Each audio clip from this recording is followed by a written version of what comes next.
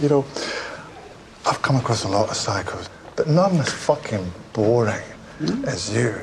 I mean, you are a real boring fuck. Sorry, I know that you disapprove of swearing, so I'll sort that out. You are a boring F star cunt.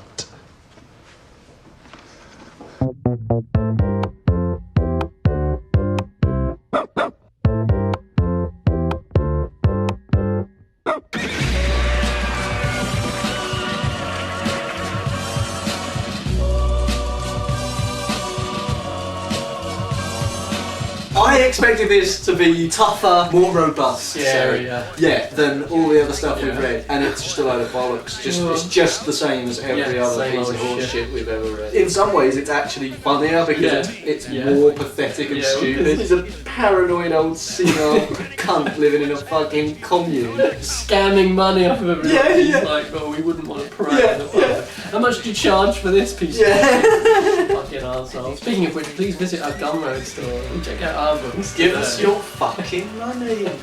Henry looks at everything in terms of our ideology. If something doesn't fit, he'll have nothing to do with it, yeah, I'm sure. What I love about that as well is that the implication here is that the trajectory of the story is teaching you that you should just do whatever it takes to win. Like, Henry will get killed early on because he won't. And the lesson from that will be fuck the ideology, do what's practical, kill everyone, do anything to survive, win. Or perhaps we are once again giving Mr. Pierce a bit too much credit. In a way, this may seem impractical, but I think maybe he's right. Only by making our beliefs into a living faith which guides us from day to day. Nazism. Living faith? He founded a fake church! Takes fucking status of the government. Living faith? Was that cosmotheism, was it? Mr. Pierce? You fucking dickhead. Oh, this is amazing. Only by making our beliefs into a living faith which guides us from day to day can we maintain the moral strength to overcome the obstacles and hardships which lie ahead. Anyway, he says that. Anyway, I'd kind of checked out at that point. I was already hitting the manager over the head with a fucking brick. What'd you say? He got his crowbar prying a brick loose from a building. Trying to kick a brick out of the building. Why'd you say something? Anyway, he convinced me that if we are going to rob liquor stores, we have to do it in a socially conscious way. If we're going to cave in people's heads with bricks, they must be people who deserve it. If we're going to cave in people's heads with bricks, we should at least black up. By comparing the liquor store listings in the yellow pages of the telephone directory with a list of supporting members of the Northern Virginia Human Relations Council, which had been filched for us by the girl we sent over there to do volunteer work for them, we finally settled on Berman's Liquors and Wines. Saul I. Berman, proprietor. Oh no. So yeah, those who deserve it being Jewish people. This is his living faith. Yeah. His lofty ideals. Yeah, the guiding ideals, his principles. It's okay to kill Jews. Yeah. If you're gonna rob a liquor store and bash someone's fucking skull into the brick. to fund your Nazi fucking paramilitary group, find a Jew to rob. Yeah. I just mean, if we're going to be bashing someone's head in with a brick, no one suggested you do it. You brought that up. You're the only one who said that. Pretty sure that was your. There were no bricks handy, so we equipped ourselves with blackjacks consisting of good-sized bars of ivory soap inside long, strong ski socks. Henry also tucked a sheath knife into his belt. We parked about a block and a half from Berman's Liquors around the corner. When we went in, there were no customers in the store. A black was at the cash register, tending the store. Yeah, he's gonna keep doing that. Yeah, it's never gonna be a black man or a black person. It's not just people. a black. He will not say a black person or black people. Yeah. He won't do that. Fuck me. There's gonna be accents.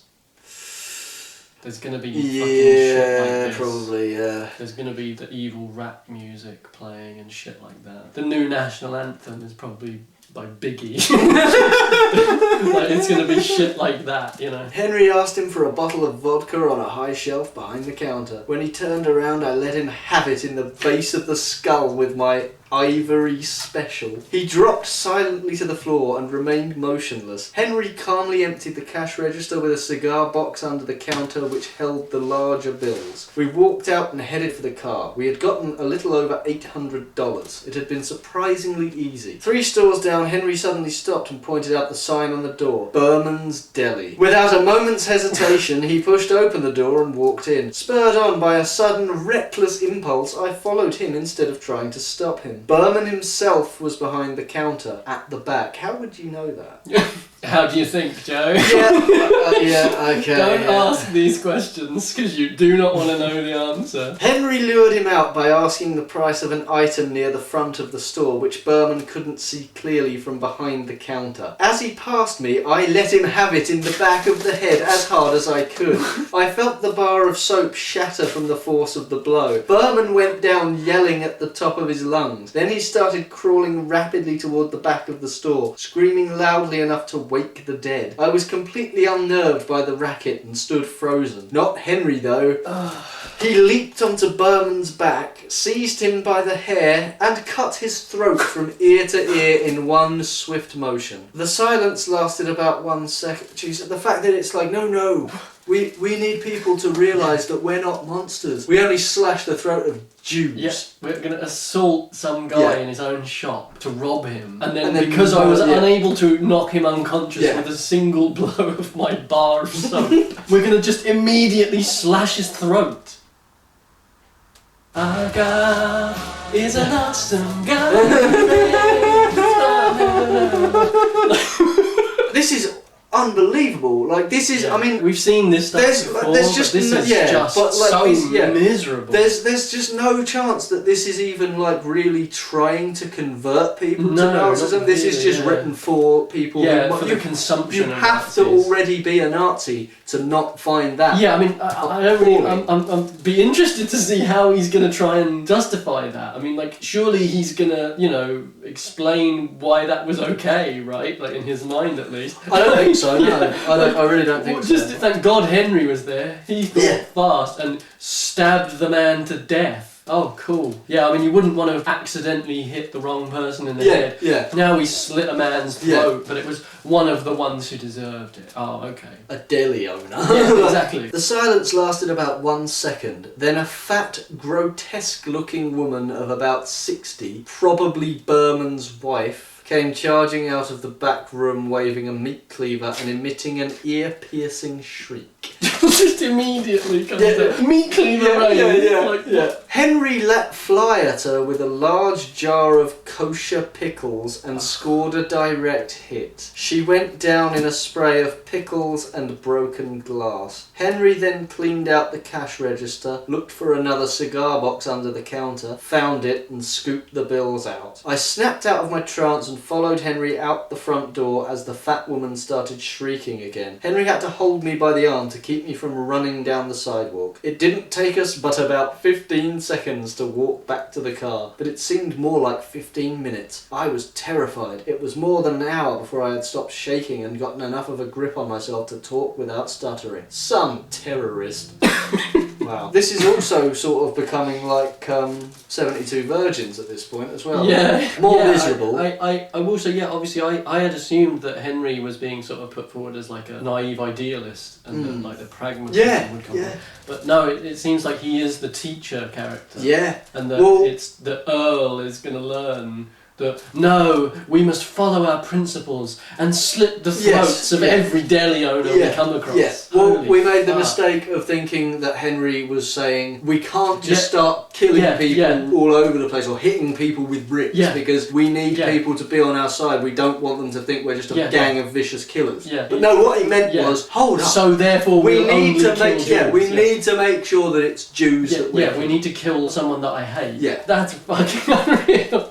That's fucking unreal. God, what a thing to have written. Altogether, we got $1,426, enough to buy groceries for the 4 of us for more than 2 months. But one thing was decided then and there. Henry will have to be the one to rob any more liquor stores. I don't have the nerves for it, although I had thought I was doing all right until Berman started yelling. September 19th. Again, I don't think that's the lesson to take.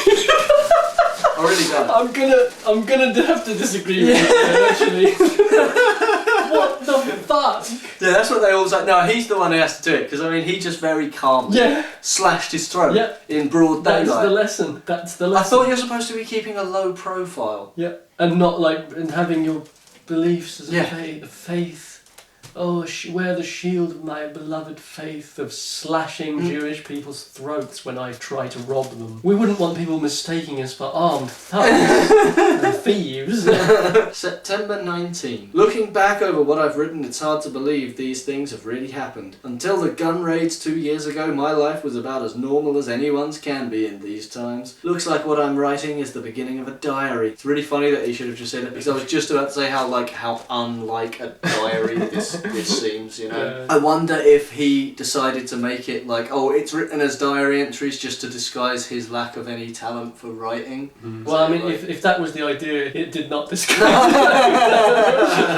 All I feel now is apprehension. Maybe the change of scenery tomorrow will improve my outlook. Henry and I will be driving to Pennsylvania for our guns, while George and Catherine try to find us a more suitable place to live. Oh great, a road trip with Henry to get guns. That can't go badly, What can it? could possibly go wrong? Jesus fucking Christ. As rationing has increased during the last few years, so has petty corruption of every sort. Yeah, you'd never see that under the Nazis, would you? God, no. I I guess- guess they wear the ideologies Yeah. like a face.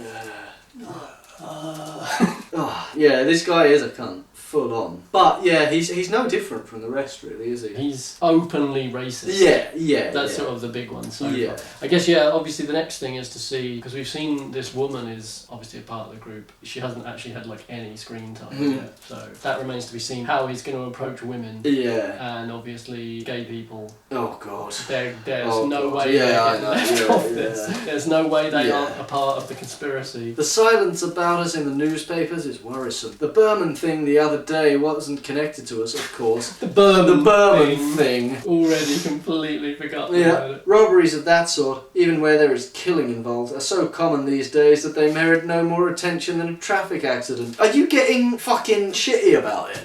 You know what I mean? Robberies these days, they don't even make... You did it! You did it! Yeah, they are so common. This terrible society it's we gone live in. with He's dogs, pulling yeah. his fucking folding knife out of his pocket, walking towards another fucking deli. No, what his problem is that he wanted his picture on the front page. Yeah. He'll have to kill 3 of them. He'll go back and kill them all. Yeah. The news media are collaborating closely with the political police, of course. There was one small Associated Press article on the back page of yesterday's paper mentioning the arrest of 9 racists in Chicago. Dude, you just murdered a man purely for his race. Like, for fuck's sake. You targeted 2 people. You targeted a black guy because it's like, yeah, he's fair game because he's black. And this guy will murder him because he's Jewish. And you have the fucking nerve to, like, sentences later start... Racist. You call anyone a racist, you slash a Jewish guy's throat and suddenly you're a racist. You join a fucking fascist organisation and slit a Jewish man's throat to fund a paramilitary fucking behaviour and suddenly you're a racist. The fuck? Oh, again, it just shows the hollowness of that rhetoric every time. Yeah. Even this cunt has the balls to use it. Even this cunt is going to hide behind that shit. There was one small Associated Press article on the back page of yesterday's paper mentioning the arrest of 9 racists in Chicago and 4 in Los Angeles on Wednesday. The article said that all 13 who were arrested were members of the same organisation, evidently ours, but no further details were given. Curious. Probably they're a little paranoid about the ease with which we evaded the roundup. Just very funny to hear him speculating that someone else is being paranoid. Perhaps they're paranoid. Maybe, I don't know. Yeah, it's probably the Jews beaming messages into their minds from the dark side of the moon. We can be sure that the political police are in a crash program to find us. It will be a relief when the network is established and we can once again receive regular reports from our informants as to just what the rascals are up to. Rascals! Fucking rascals! Whenever any of us has to do something like the robberies last week, Catherine can do a quick change job. For that she has wigs and plastic gimmicks which fit into the nostrils and inside the mouth and change the whole structure of a person's face and even his voice. Tomorrow will be a long, hard day. Fuck me. Wow, this is fucked, isn't it? It is Weird. weird. Yeah, it doesn't feel any grander or more dangerous really than any of the other shit we've read, but it does feel filthier. Yeah. Like, and I don't mean in a Kurt Schlichter way actually, I mean like the film reel is literally dirty and it looks like grimy and dirty. Yeah, it feels like that. like it's taking place in the 1970s. It really does, yeah. I cannot imagine them not having like moustaches. Do you know what? Yeah. I mean, the scene in the deli, the scene in the liquor store, everything so far. Yeah, it feels so 70s. Like immediately, I'm thinking 70s exploitation. Right? Yeah, that's the touch. I completely forgot that all this is supposed to be taking place in 1991. Yeah, that's crazy. Yeah, it feels like a grindhouse film. It really does. Yeah. September 21st, 1991. Yesterday we spent 10 hours hiking, digging, and carrying loads of weapons through the woods. This evening we moved all our supplies from the old apartment to our new hideout. We drove as close to our cache as we could, but the old mining road we had used 3 years earlier was blocked and impassable more than a mile short of the point where we intended to park. Fuck. Ugh, Jesus Christ. Brackets. Note to reader. Throughout his diaries, Turner used so-called English units of measurement, which were still in common use in North America during the last years of the old era. For the reader not familiar with these units, a mile was 1.6 kilometres, a gallon was 3.8 litres, a foot was 0.3 metre, a yard was 0.91 metre, an inch was 2.5 centimetres, and a pound was the weight of 0.4 kilogram approximately. What is this gibberish? Like, it's bad enough if it had been written correctly, but the fact that it's just in complete fucking gibberish English, like 0.4 kilograms approximately, instead it says 0.4s kilograms approximately. God. What the fuck? What paedophile wrote this? Oh yeah. Even digging down to the top of the oil drum, actually a 50-gallon chemical drum with a removable lid, then why call it an oil drum? Yes. Either make it an oil drum or don't. make it a different one. It doesn't matter. Pick. Just call it a drum. Yeah, it doesn't matter. Pick or don't. Yeah, Get the fuck away from me. Fucking nonce. We gave up trying to get the drum out of the hole and decided to open it where it was. To do that, we had to dig for nearly another hour, enlarging the hole and clearing a few inches all around the top of the drum so we could get our hands onto the locking band which secured the lid. This is a fucking exciting stuff. This is gonna be the fucking Pine Barrens episode of the fucking Sopranos. They'll be eating sachets and ketchup. You're not gonna believe this. He killed 16 Czechoslovakians. Guy was an interior decorator. His house looked like shit. Even so, I had to go into the hole head first, with Henry holding my legs. I bet he did. Finally, after much pounding, I was able to pry the lever out from the drum with the end of the shovel. Working upside down in the narrow hole was difficult and exhausting. We had no tool satisfactory for wedging under the lip of the lid and prying it up. Finally, almost in desperation, I once again tied the rope to one of the handles of the lid. Henry and I gave it a hard tug, and the lid popped off! Needless to say, by the time we had the drum empty, I was completely pooped. It's a Nazi that wrote this. A fucking Nazi wrote this, and he comes out with shit like that. Oh, this is bad. I gotta say, folks, this is real bad. This is fast becoming one of the most tedious fucking excerpts we've ever read. Yeah. On the way back to Washington, we stopped at a small roadside cafe. God. Oh, here we go. Kurt Schlichter's fucking mentor here. There were about a dozen people in the place, and the 11 o'clock news was just beginning on the TV set behind the counter when we walked in. It was a news broadcast I'll never forget. The big story of the day was what the organization had been up to in Chicago. The system, it seems, had killed one of our people, and in turn, we had killed 3 of theirs, and then engaged in a spectacular and successful gunfight with the authorities. Nearly the whole newscast was occupied in recounting these events. We already knew from the papers that 9 of our members had been arrested in Chicago last week, and apparently they had had a rough time in the Cook County jail where one of them had died. It was impossible to be sure exactly what had happened from what the TV announcer said, but if the system had behaved true to form, the authorities had stuck our people individually into cells full of blacks, and then shut their eyes and ears to what ensued. Why would they be confident in what the outcome would be of putting you in there? Is it because you're Nazis? Like the idea that it's unjustifiable to dislike these people. Yeah. That it's like, oh, those so-called racists. Yeah. But you are. Yeah.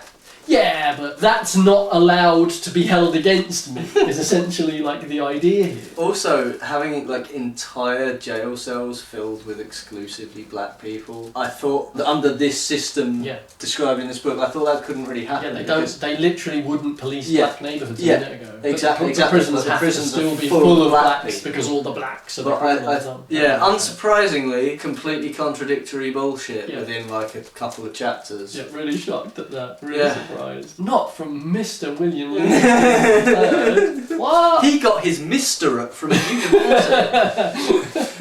That has long been the system's extra-legal way of punishing our people when they can't pin anything on them that will stick in the courts. It's a more ghastly and dreadful punishment than anything which ever took place in a medieval torture chamber or in the cellars of the KGB. Yeah, no, it isn't. No, it's not. No. And they can get away with it because the news media usually won't even admit that it happens. Like, I think of stories obviously all over the country here, stories all over the country in America, of people going into custody of any kind and never coming out, or being abused in all manner of ways. The insanity that it's like, oh no, that's not a problem. In fact, that's largely good and fine. The real issue is that what they do is they arrest you and pretend that you're a racist, and they put you in a cell with exclusively black people, and they all immediately kill you. Yeah, because I'm not a racist, but black people are all savages who just immediately resort to murder and cannibalism. You know? And then the news media just cover it all up for them. It's just more of that same complete inversion of reality. Like, that's one thing I guess that kind of surprised me, is I had expected him to be critiquing the America of his time. Yes, I did. Thought that's what he was actually going to do. But no, even he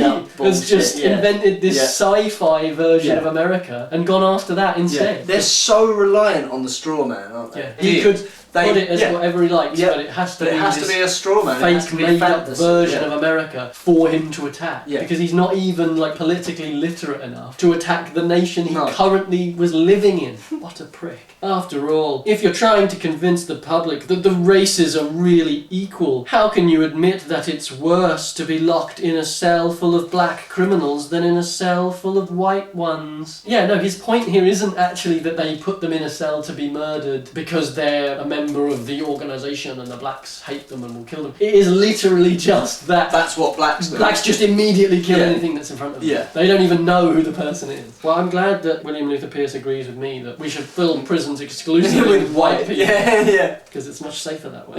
Anyway, the day after our man, the newscaster said his name was Carl Hodges, someone I've not heard of before, was killed, the Chicago organisation fulfilled a promise they'd made more than a year ago in the event one of our people was ever seriously hurt in a Chicago jail. This is so poorly written. It's They ambushed the Cook County sheriff outside his home and blew his head off with a shotgun. Hey! I shot the sheriff, but I didn't shoot no deputy. They left a note pinned to his body which read, "This is for Carl Hodges." That was last Saturday night. On Sunday, the system was up in arms. The sheriff of Cook County had been a political bigwig, a front-rank shabba... Fuck me. It's not the worst thing, obviously, that he could say, but it's like a glimpse of how bad it's probably going to get. Fuck me. That caught me so off guard. The sheriff of Cook County had been a political bigwig, a front-rank Shabo's goy. And they were really raising hell. Oh, fuck. I'm gonna Google it and see I it. doubt you'll find anything. It's probably 1930s, like, racial slang. But yeah, of course he's using racial slurs, but they're all from, like, the 1930s, so no one recognises Yeah. them. The first result is a Reddit post on r/Judaism, which is Shabbos Goy a slur in modern times? So there's sort of two meanings. There's the original meaning, obviously a Goy, the Goyim, Yeah. that's obviously like Jews and Gentiles Yeah, stuff. yeah. This term, what it means is someone who could work on the Sabbath and therefore do work that a Jewish person couldn't do. Right. But then apparently this was later then co-opted by neo-Nazis and white supremacists and anti-Semites as a term to describe, you know, the Jewish toadies. Yeah, and race traitors. traitors. Yeah, exactly. That's Yeah. what he means. That's what he means as a race traitor, yeah. Yeah. Well, we're Obviously. learning something new, aren't we? Yeah. Well, he was an educator after Yeah, all, you know. yeah. God, imagine being taught Yeah. like that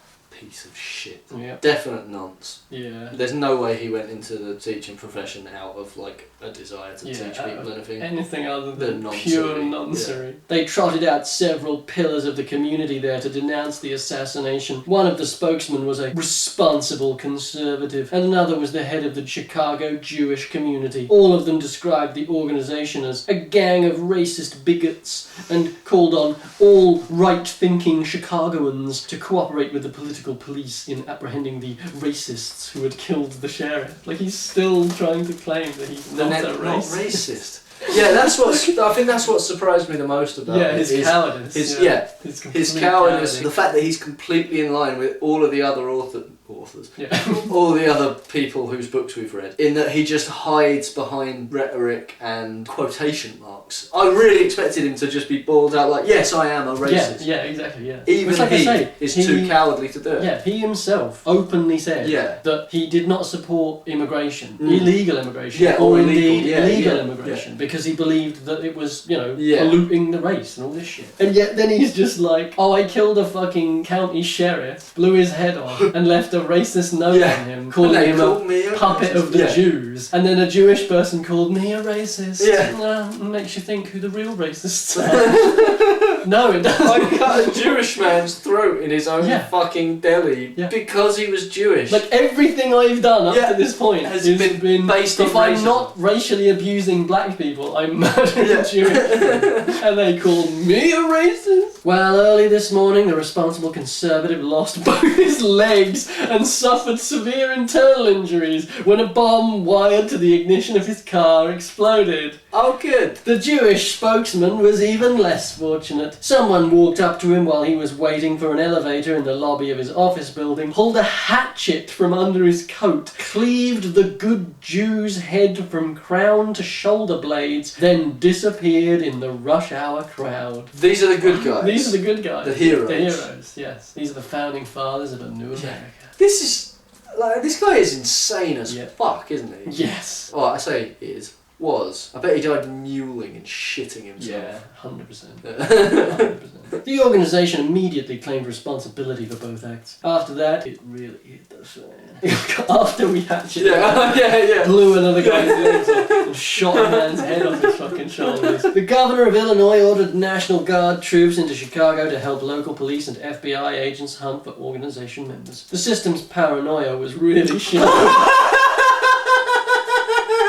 Paranoia. Oh my Paranoia. god. Trying to apprehend the criminals who committed actual crimes. Could you imagine if that happened? If those three crimes that were just described there happened? Acts of terrorism, and there were notes from right-wing militia groups, you know. Are you suggesting that there should be no response to that? Yeah. That they should just, take that in their stride? Like, you're targeting community leaders in what is clearly an act of insurrectionist violence. Yeah. And you think it's paranoia for them to be responding to that. You, Mr. Pierce, you. Mr. The Jews run everything. Yeah. Jesus. This afternoon, 3 men were cornered in a small apartment building in Cicero. The whole block was surrounded by troops, while the trapped men shot it out with the police. TV crews were all over the place, anxious not to miss the kill. One of the men in the apartment apparently had a sniper's rifle, because 2 black cops more than a block away were picked off before it was realised that blacks were being singled out as targets and uniformed white cops were not being shot. Oh my fucking.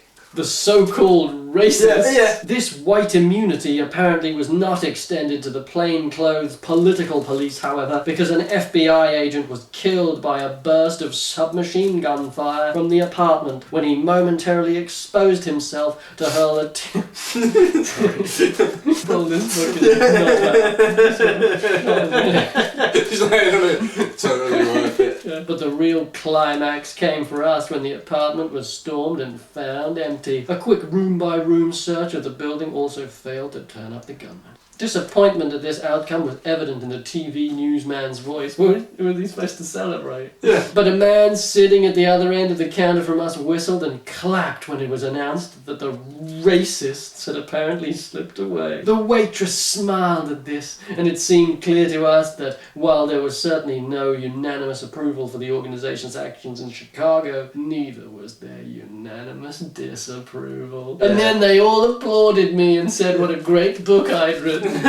New scene switched to Washington, where the Attorney General of the United States had called a special news conference. His great-great-grandfather was the Attorney General of the fucking Confederacy. He's like, I should have been me. I could have been Attorney General. He described us as depraved, racist criminals who were motivated solely by hatred and who wanted to undo all the progress towards true equality which had been made by the system in recent years. I mean, I would say they are also motivated by robbery. There's that as well. They're racist, but also they're just brazen thieves as well. Still trying to pull this shit after, like, it literally is saying they were sniping black police officers and leaving white ones alive. And he's like, oh, they called us depraved, racist criminals. He's like, that's actually very accurate. Very accurate description. All citizens were warned to be alert and to assist the government in breaking up the racist conspiracy. What would you call it then? Like, you're targeting specifically Jewish and black people. Organised in cells across the country. Digging up weapons caches, conspiring to overthrow the government. What would you call that? Obviously at this point, you know, he's so invested in his quote-unquote belief system that it's like he doesn't even consider that, I'm going to have to sell that to people. It's just, it's taken as a given that being a racist murderer will just immediately win. Will appeal to people. That people are going to read this and just instinctively side with the people we've just witnessed slash a man's throat in his own shop for no reason. The news programme concluded with an announcement that an hour-long special on the racist conspiracy would be broadcast Tuesday night, i.e. tonight, and it was a real hatchet job. Are you taking the piss? Hatchet job. I'd say the head split open was the more of a hatchet job. A hatchet job? Yeah, we hate those, don't we?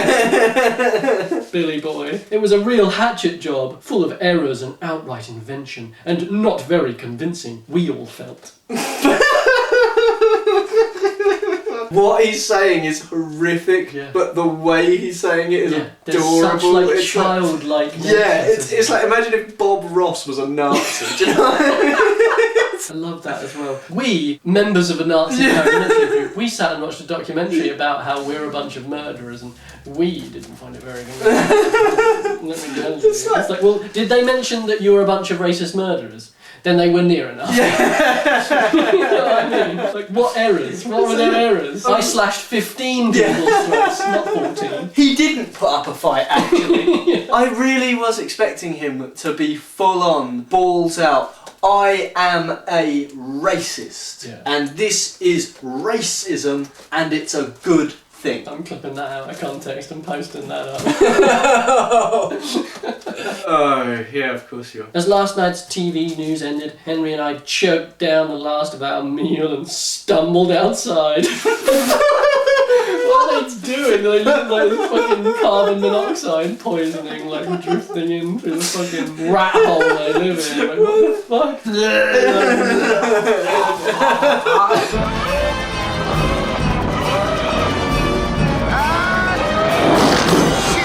Can you imagine the calibre of fuck knuckle that he had hanging around him? God. You know, it's kind of sad that he was never sort of punished. Like Rockwell, like he never got like assassinated or anything like that. But honestly, in a real way, being Mr. William Luther Pierce III was punishment enough for him. Yeah, I take some solace in that, definitely. I was filled with emotions. No, you fucking Exactly. He thinks that's how people talk. Yeah. I experienced a range of emotions, much like many humans do.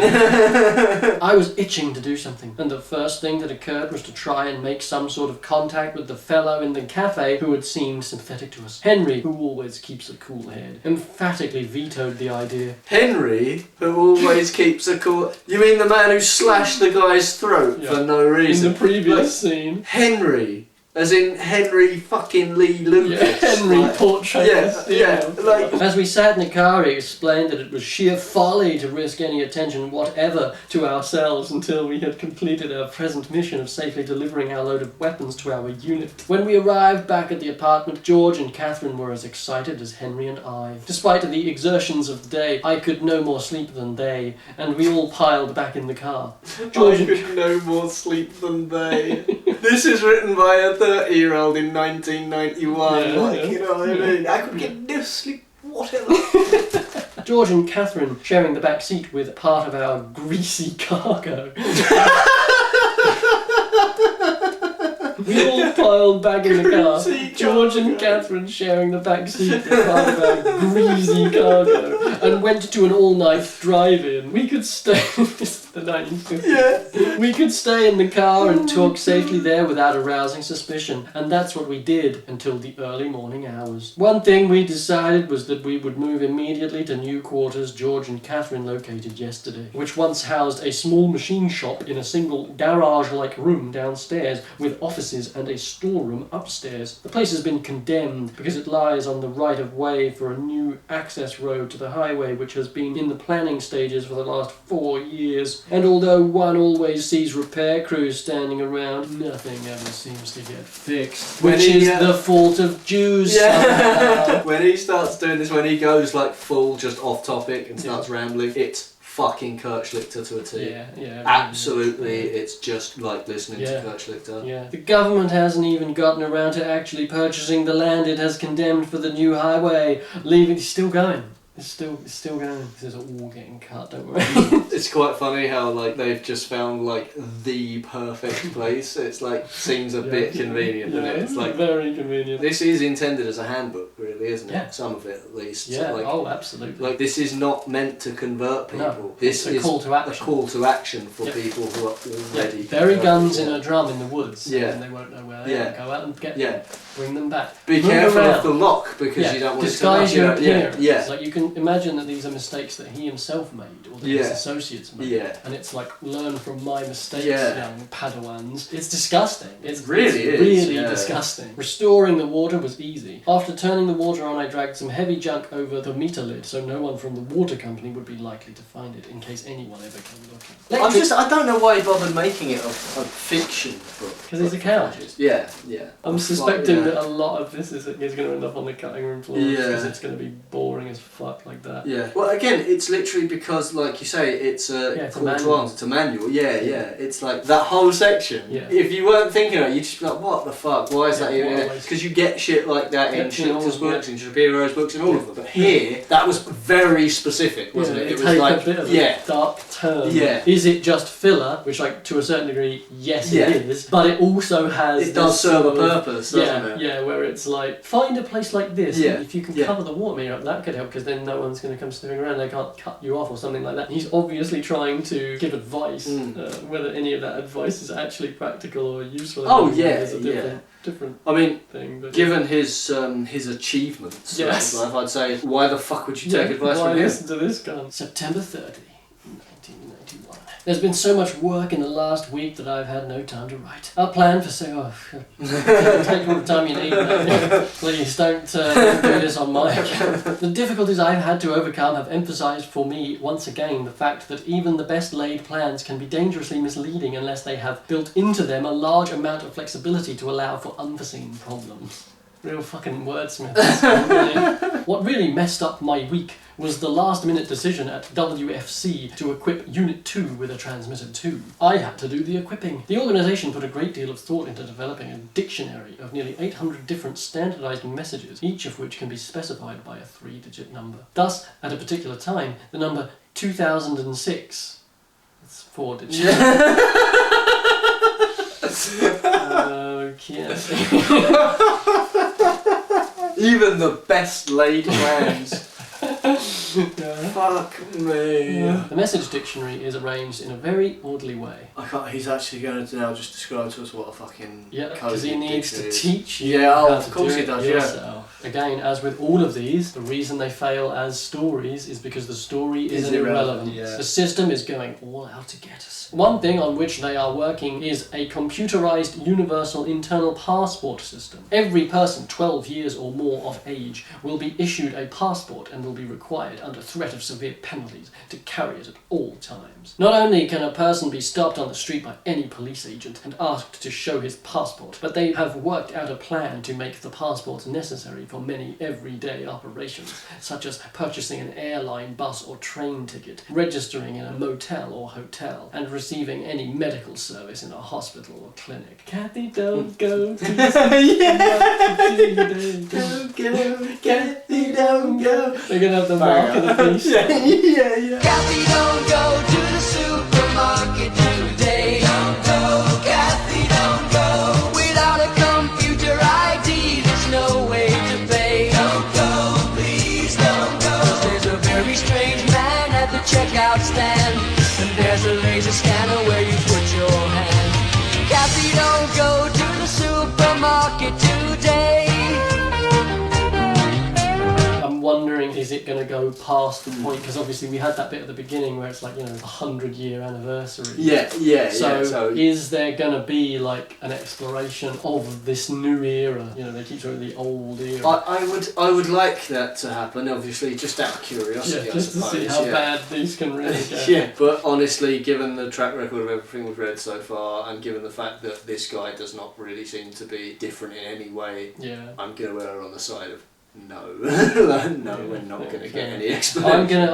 As always, I'm gonna play the optimist, and I'm gonna say we're gonna actually get a post-revolution moment where we are gonna see William Luther Pierce's actual vision for what a wonderful America would look like. I think we'll probably get post-revolution moments, but I don't imagine he's going to give us a They won't be very illuminating. Yeah, exactly. I think even if he attempts to tell us what his perfect utopia looks like, it would just be a complete It'll be half-truths and incoherent. It'll probably if that is what he does, it will probably be the most incoherent part of the book. Well, fingers crossed for that, eh, folks? Atom bomb baby, boy she can start one of those chain reactions in my heart. A big explosion, big and loud, mushrooms me right up on a cloud. They've been developing this internal passport system for several years now and have everything worked out in detail. This literally sounds like someone in the pub, doesn't it? They've been developing it for years now, bro. It's a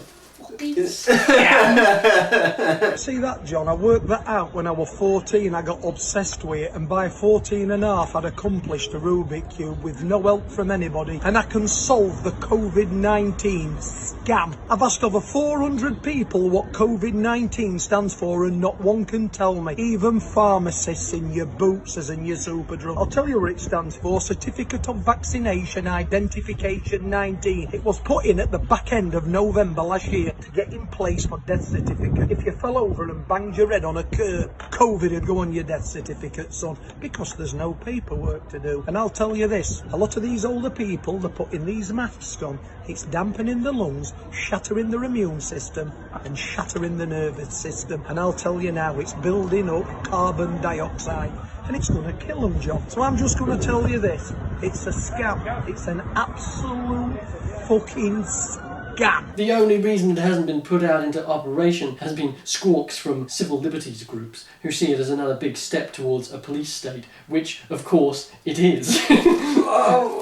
How has he just written that line? Yeah. The only people actually stopping this are civil liberties groups who I hate. Who I hate, and who I'm gonna go on to probably murder in this very book. Nevertheless, I'm still in the right. It will take at least 3 months to install the necessary equipment and get the system operational, but they are going ahead with it as fast as they can.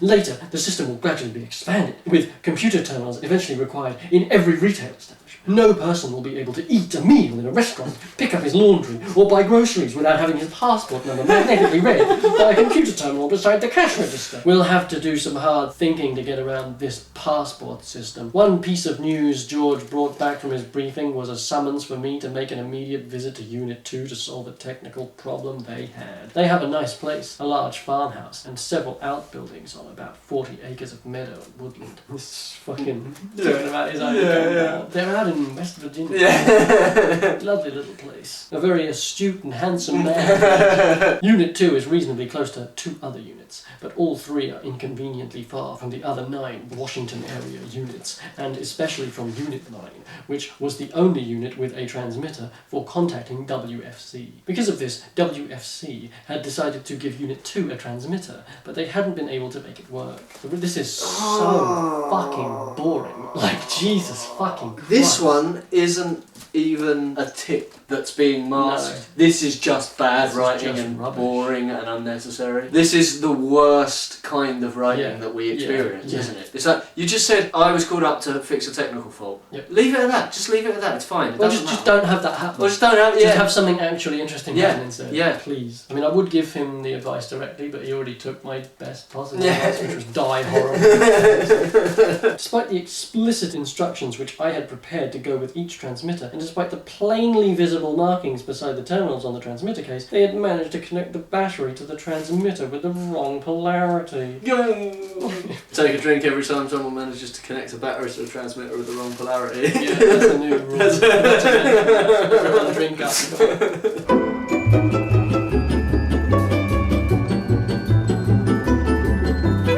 Sorry, just quickly, I know that he just did like this 30-mile journey or whatever it was up to a different part, to Maryland, right? And basically not a single word is spared to describe anything that he sees on the journey that could help to build the world. Yeah, yeah. Do you know what I mean? Yeah, like, the broad even line. Kurt Schlichter had fucking billboards, right? They Yeah. were stupid as fuck, but they were there, Yeah. okay? It was an attempt. This shit, he spends, half an hour describing the fucking technical problem Yeah. that has caused him to go there, but doesn't mention anything that he sees about the or... world, the country Yeah. he's apparently fighting Yeah. for. Yeah. Because he doesn't care. No, of course he doesn't. And he's a Give a fucking fuck. and he's a nerd, so he's only interested in fucking batteries and polarities Yeah. and fucking transmitters. Just as with most other public facilities in this country, the higher the price of electricity has zoomed, the less dependable it has become. In August of this year, for example, residential electrical service in the Washington area was out completely for an average total of 4 days, and the voltage was reduced by more than 15% for an average total of 14 days. Jesus Christ! This is like Boris level, isn't it? Yeah, it is. Yeah, The pedantic it is, yeah. nonsense, Yeah. this useless Yeah. information. None of the politicians are willing to face the real issues involved here, one of which is the disastrous effects. Of the Jews. Yeah. Of the Jewery. Yeah. I can't. Yeah, I mean, Jews did it. Yeah. I was almost going to say like I can't believe that, but obviously clearly I can because I fucking saw it coming. Yeah. But yeah, so all that. All that just to Yeah. build up to. So what you're telling me is the electrical grid is failing because of the Jews. Yep. None of the politicians are wishing to face the real issues here. One of which, just one, he's being very generous. That's very One. nice. It's only one of the ways in which See? the Jews are to blame. Yeah, he's not a racist. No, because he also blames Puerto Ricans. One of which is the disastrous effect Washington's Israel-dominated foreign policy during the last 2 decades has had on America's supply of foreign oil. Oh, So he's like, fuck me. Okay. he's being anti-Semitic, and he's also like, we're not stealing enough oil from the Arabs. I showed them how to hook up the battery to their truck for an emergency charge, and then began looking into their transmitter to see what damage had been done. To him, this is the most Yeah, this exciting is- part. yeah, He this is- loved writing yeah. this bit. The characters are going to get fucking seconds Yeah, of yeah, characterization yeah. throughout the runtime. But this, he will never stop. He has got all the time in the world for this shit. Yeah, I think we have actually easily continued on that trend of them just getting worse and worse and worse. Not just for its ideology. It's just so badly bad, written. yeah. It's worse than any of the others. Actually worse. It is. It Yeah. genuinely is. Like, I'm sitting here and I'm feeling like I'm just going to fall asleep. Yeah, it's getting close. It really is. Yeah, this is atrocious. Honestly, it is hilarious to me to imagine a bunch of neo-Nazis all across America Reading actually that. subjecting Yeah, themselves to this shit. This is quickly becoming the worst thing we've read in like every possible way. Yeah, I almost wish it'd be more heinous, just so it'd be less boring. You know what I mean? That's his trick, I guess.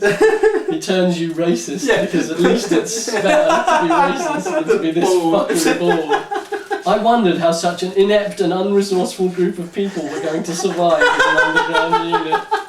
Yeah, he's speaking from the heart with that one. When the job was finally done around midnight, I suggested that the transmitter be installed in a better location than the kitchen. In the process, I managed to drop the storage battery on my left foot. At first, I was sure I had broken my foot. I couldn't walk at all on it. The result was that I spent another night at the farmhouse. What the fuck is that? What the fuck is that? He dropped a battery on his foot. Battery and broke it all out my foot. Anyway, next day.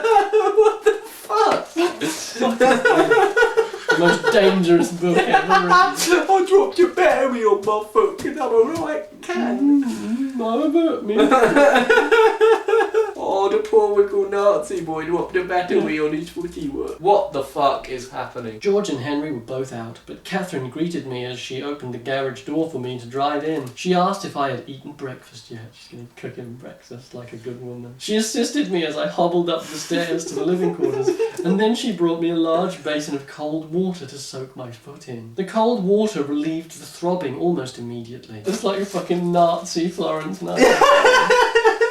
I must have dozed off for a few minutes, and when I awakened I was alone and my foot bath was no longer cold. I decided to take a shower. Well, he's run out of things to say already. Yeah. I'm like so close to falling asleep now. It's BBC Radio 4 presents Henry serial killer.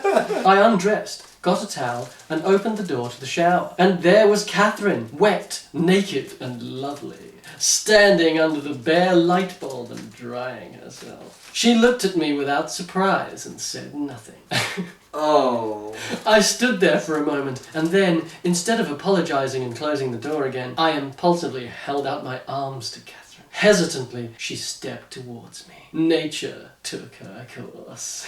Like, where is this coming from? We were just saying there's going to be like an out of the blue. Yeah. We assumed it would be an act of violence. Yeah. It turned out to be something much worse. Yeah. This is the most boring, parochial shit. Yeah. Even that was just like... What? This is horrible. We lay in bed for a long while afterward and talked. It was the first time I have really talked to Catherine alone. She is an affectionate, sensitive, and very feminine girl beneath the cool professional exterior she has always maintained in her work for the organisation. We're gonna get Mr. William Luther Pierce's fucking Mary Sue insert that he loves. His manic pixie dream. His Nazi pixie dream girl. Like me. 4 years ago, before the gun raids, she was a congressman's secretary. She lived in a Washington apartment with another girl who also worked on Capitol Hill. One evening when Catherine came home from When Catherine came home from work, she found her apartment mate's body lying in a pool of blood on the floor. She had been raped and killed by a Negro intruder. That's why Catherine bought a pistol and kept it even after the Cohen Act made gun ownership illegal. I wanted to go back to him dropping batteries on his foot. Yeah. I've changed my mind again. Yeah. I preferred that. Yeah. If anyone had asked her, she would have probably said she was a liberal, but she was liberal only in the mindless, automatic way that most people are. She superficially accepted the unnatural ideology peddled by the mass media and the government. She had none of the bigotry, none of the guilt and self-hatred that it takes to make a really committed, full-time liberal. Bigotry? So they're the real racists. The only thing he's done other than drop a battery on his foot is murder Jews and black people. I thought the only thing that would set him apart from the others was like kind of honesty. Yeah. And he can't even give you that. He's actually, in some ways, I think, worse than the others. He's more slimy than the others. Yeah, unfucking believable. After the police released them, George gave her some books on race and history and some organisation publications to read. Like, he's still trying to say he's not a racist. The full-time liberals are all bigots, but him, no, he's merely trying to lend you a book on race. She learned the truth about the system's equality hoax. She gained an understanding of the unique historical role of the Jews as the ferment of decomposition of races and civilizations. Yeah, and through that was able to overcome her bigotry. Yeah. What the fuck? Most important, she began acquiring a sense of racial identity, overcoming a lifetime of brainwashing aimed at reducing her to an isolated human atom in a cosmopolitan chaos. About 2 months later, she went to work for the organisation as a typist in our publications department. She is smart and a hard worker, and she was soon advanced to proofreader and then to copy editor. Shame he didn't get a fucking proofreader. Yeah, that's why he has to imagine that. Her editorial career has now been shelved, of course, at least temporarily, and her most useful contribution to our present effort is her remarkable skill at makeup and disguise, something she developed in amateur theatre work as a student. Oh my God. Can you get any more on the nose than that? She used to be a secretary, but now she's given that up for a much more important skill of being good at makeup.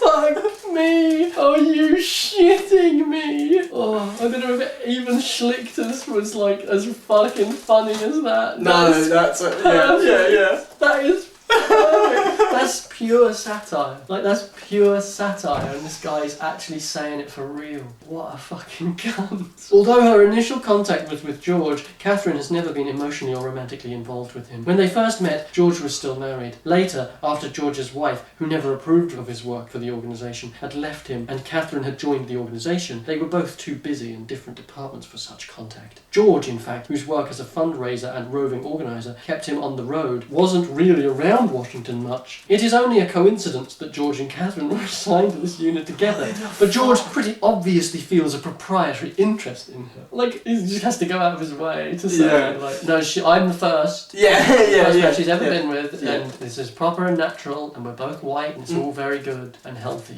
But George is jealous of me because of my six-pack. Yeah. And George is a dork. because Catherine thinks I'm really handsome and cool. For the time being, however, there are other problems to worry about. Big ones. When George and Henry finally got back this evening, we found out what they had been doing all day. Casing the FBI's national headquarters downtown. Oh, here we go! Our unit has been assigned the task of blowing it up.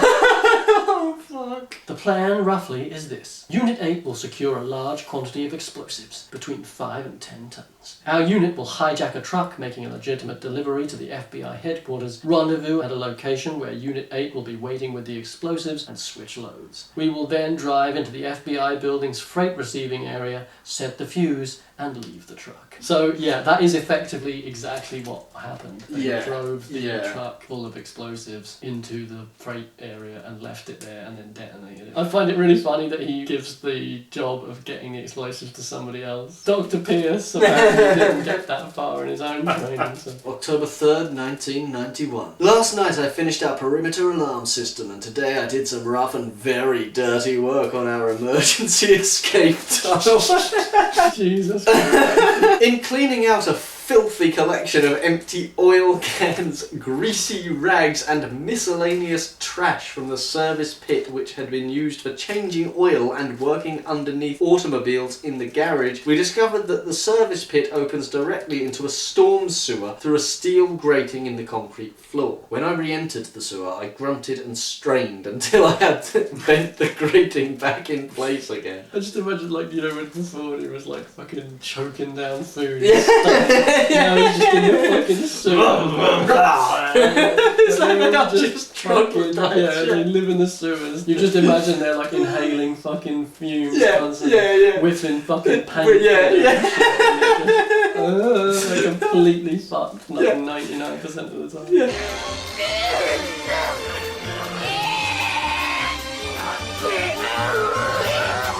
Again, it's important to stress at this point, politically, they have expressed no other ideology other than racism. They've murdered people. Yes. Based solely on their race. And they have given no other justification for that. That's what shocks me so much. I think that's the most shocking thing about this, is his, like, constant denial. Cowardice. Yeah. I mean, to be fair, we shouldn't really be too surprised that a Nazi is engaging in constant denialism.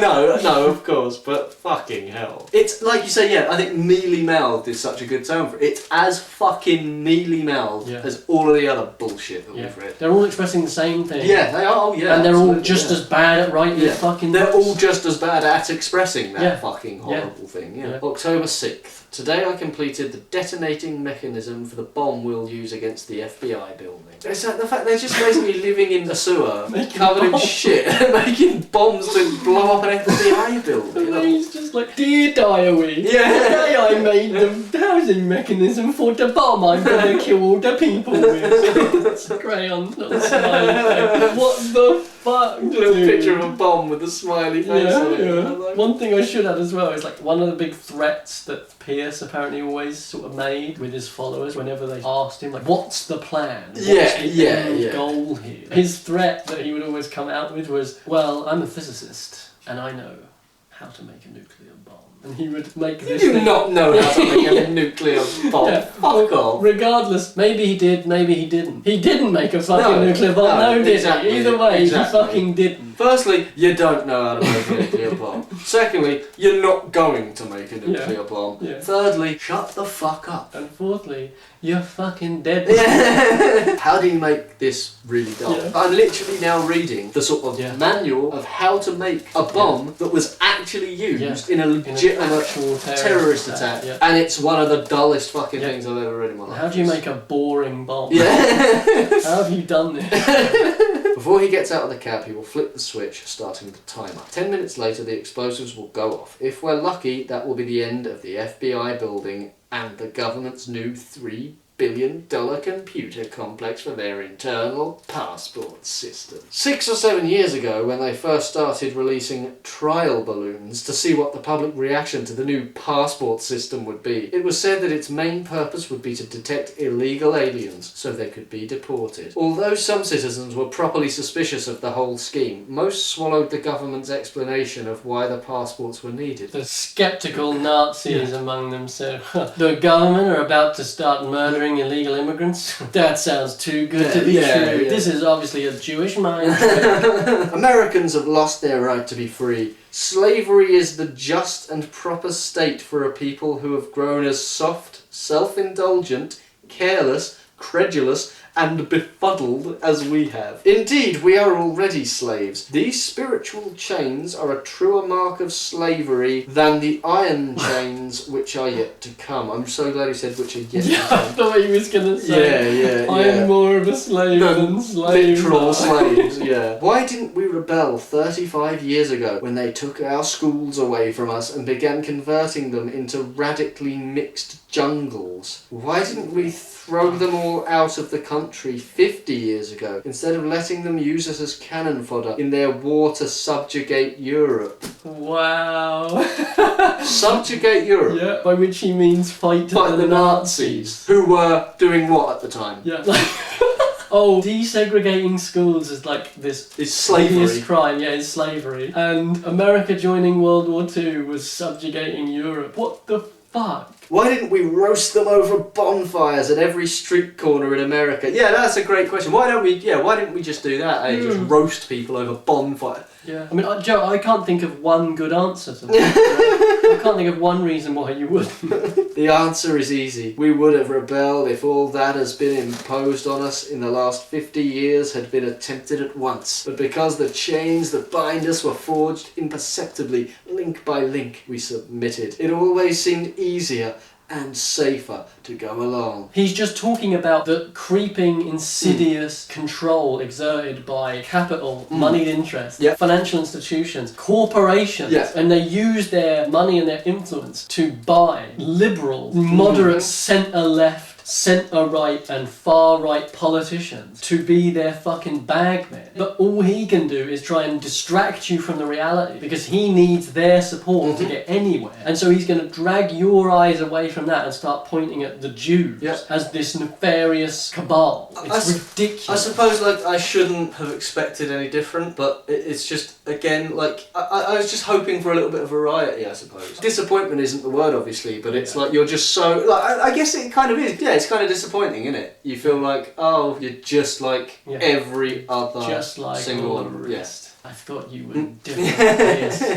I think that is, like you say, like one of the things that comes from it is that it's like when you build up like William Luther Pierce and build up these other people, it's almost like this idea that, but that's earned. Yeah. But then inevitably, like with Pierce here, you just get to them stating those forbidden taboo beliefs, like just straight up saying without a hint of irony, the Jews did it. You can obviously build up in your mind that like if you were to ever encounter that it would be somehow affecting in a genuine way. And obviously, you know, if you're a Jewish person, it's going to impact you differently. Of course, yeah. But like from a purely political standpoint, when we can divorce ourselves from the emotional side of it, it's so utterly uncompelling and completely unconvincing and unimpressive that you just sit there and just like, wow, you are just a dumb cunt. Yeah, exactly, Yeah, honestly, it is just kind of pathetic. Yeah. It's that thing, isn't it? You know, that's why like so many of them, they say these provocative things, these racial slurs and so on. And you know, of course, in many ways they do. They feel those words have power over others. Yeah. But when you strip that out, it's the most pathetic fucking thing. Yeah, when you strip that away, all you're left with is a little pissy pants just stamping his feet. Screaming out. Shrieking and stamping his feet in a puddle of his own piss. Just desperate to upset someone. Just for the sake of it. If the organisation fails in its task now, everything will be lost. Our history, our heritage, all the blood and sacrifices and upward striving of countless thousands of years. The enemy we are fighting fully intends to destroy the racial basis of our existence. The way he's like, you know, thousands of years of upward struggle, they're trying to destroy that. You're actually just excluding them from human history. Yeah. He's not even considering them as human beings, as part of human history. That's exclusive to white people. I'm actually starting to kind of feel sorry for him. You know, it's pathetic. Because it is pathetic. It's like dedicated his whole life. There's only one reason that you would dedicate your life to it, and that's that you have nothing else. You're broken. Like this man abandoned his children for this. No excuse for our failure will have any meaning, for there will be only a swarming horde of indifferent mulatto zombies to hear it. Okay, bang goes the sympathy. I'm not feeling sorry for anymore. Mulatto zombies. Like I say, they're not people. No. They cannot be people. Yeah. But no, this guy's obviously really clever because he studied physics, you see. Yeah, because he wasted his whole life in a West Virginia fucking farm with a bunch of fucking nonces. And so he knows what he's talking about. Yeah, you want to read a fucking how-to manual. If we fail, God's great experiment will come to an end. And this planet will once again, as it did millions of years ago, move through the ether devoid of higher man. Fuck me. October 11. Tomorrow is the day. The presence of Major Williams, a pseudonym I believe, at our meeting this afternoon made a strong impression on all of us. And the reason for the meeting was Unit 8's failure to obtain what I and Ed Sanders estimate to be the minimum quantity of explosives. That's so... You're thinking Ned Flanders. Yeah, I was, Ed Sanders. I was thinking, that's his pseudonym. Maybe that's a pseudonym too. Howdly doodly, said Ed Sanders. The pros and cons of going ahead with what we have now are these. An itemised Oh list. my god, this man is a fucking prick. Yeah, good, isn't it? Yeah, it's really Gripping exciting, stuff. isn't it? It's so much like an exploitation film in that it's just, the point is not the story, is it? Yeah, it's to fill an hour and a half's worth of time so you can flog it in the Philippines. Yeah, exactly. If Alan Partridge wrote Mein Kampf, this would be it. That boy needs therapy. Psychosomatic. That boy needs therapy. Purely psychosomatic. That boy needs therapy. Lying down on the couch. What does that mean? You're a nut. You're crazy in the coconut. What does that mean? That boy needs therapy. I'm gonna kill you. That boy needs therapy. Granny Gazoo, let's have it you. Now when I count 3. That boy needs therapy. He was white as a sheet. And he also made false teeth.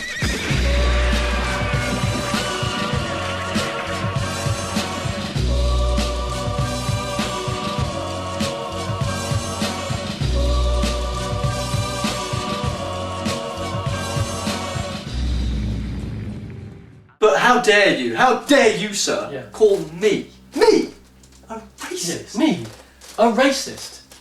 Yeah.